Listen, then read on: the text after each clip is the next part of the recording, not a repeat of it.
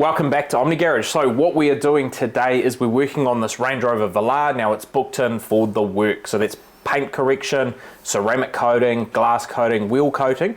What we thought we'd show you is just really quickly how we go about coating the glass on the car. So a couple of components that are really important for glass. The most important is just like your paint, preparation. So we need to make sure that the glass is in a condition ready to accept a coating. And what does that mean? Well, this car is relatively new. You can look at the glass here and actually see it is pretty clean. There's not a whole lot of water etching or scratches on the glass. Now, if we had scratches on the glass, good luck. There are products on the market like CarPro G-Force that claim that they can reduce some of those scratches, but the main thing that you're looking to do here is just to clean up the glass, give it a really deep clean. Sometimes that can involve removing some of the mineral deposits on there, so the water spots. We don't have a whole lot of those on here today. Maybe up in the corners here, we do have a few that are just hanging around.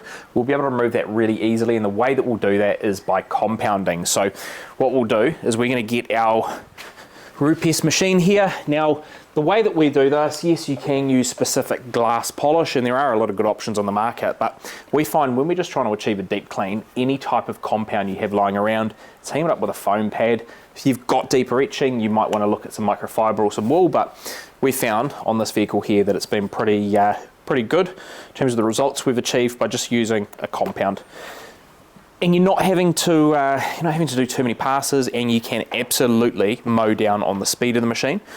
So we'll just get into it, give this a clean up. And this whole deep cleaning is basically just cleaning that glass and preparing it ready to accept the coating, and also so that we get the best performance out of the coating that we're going to put on the glass. Yeah, correct, because if we go and try and put a coating on here, number one, the finish isn't going to be as perfect as it could be if we do this, and then number two, as Glenn said, the durability and the longevity of it is not going to be outstanding.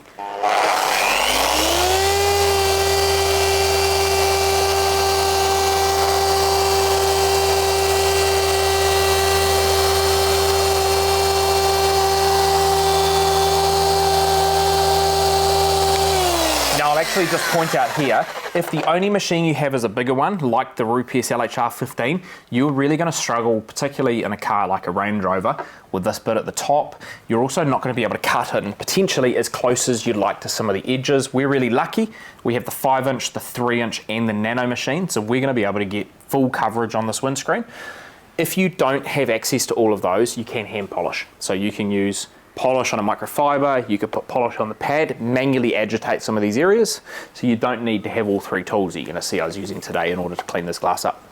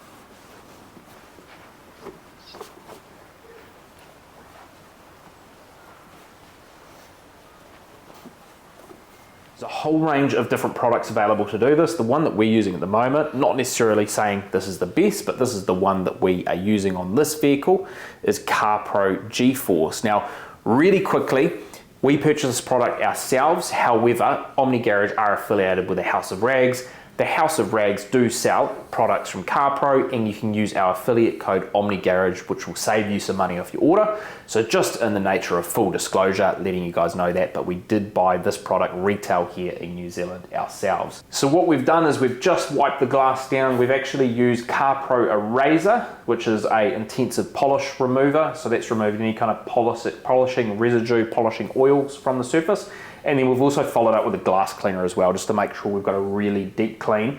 So this surface here is ready to accept our product here, which is the CarPro G-Force. Now, this is such an easy product to apply. What you're needing to do with it is use kind of any applicator pad. We find that we quite like just these microfiber applicators. I think these come in like the G-Technic coating boxes. What we will do is we will just apply the product using the inbuilt dropper here to the applicator pad, and we will load this up, especially because this pad hasn't been primed. So this is essentially our priming stage as well. Whole bunch of product on there, and it's a really forgiving product to work with as well. And what I mean by forgiving is you don't have to remove it very quickly, and we can work large areas of the glass. So typically what I do with this is I kind of just run a line down the middle, and then the way that we find we get the best coverage when applying a glass sealant is just working in small circular motions. And the reason we do that is I find that we just get better coverage than potentially going up, down, you know, in fashion like this. I feel like this works it into the pores of the glass just a little bit more efficiently.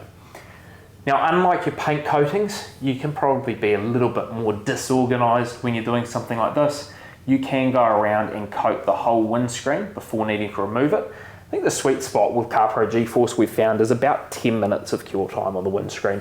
If you leave it for any longer than that, it can be a little bit more difficult to remove, but we found that that is probably the sweet spot. And I think the thing as well is be generous on your product. You know, these CarPro bottles can be bought, I think you can get it in the 50 ml, which is what we've got here, or 100 ml. Obviously, the more you buy, the cheaper it gets per kind of mil basis. And then we just kind of continue in that same fashion, just making sure we've got even coverage all across the glass. Something you want to be mindful of here, when you're working in corners or you're getting to that area where it is closer to the roof, you probably want to be a bit more precise and run your product down like this, rather than going in circular motions and potentially getting it on the paint.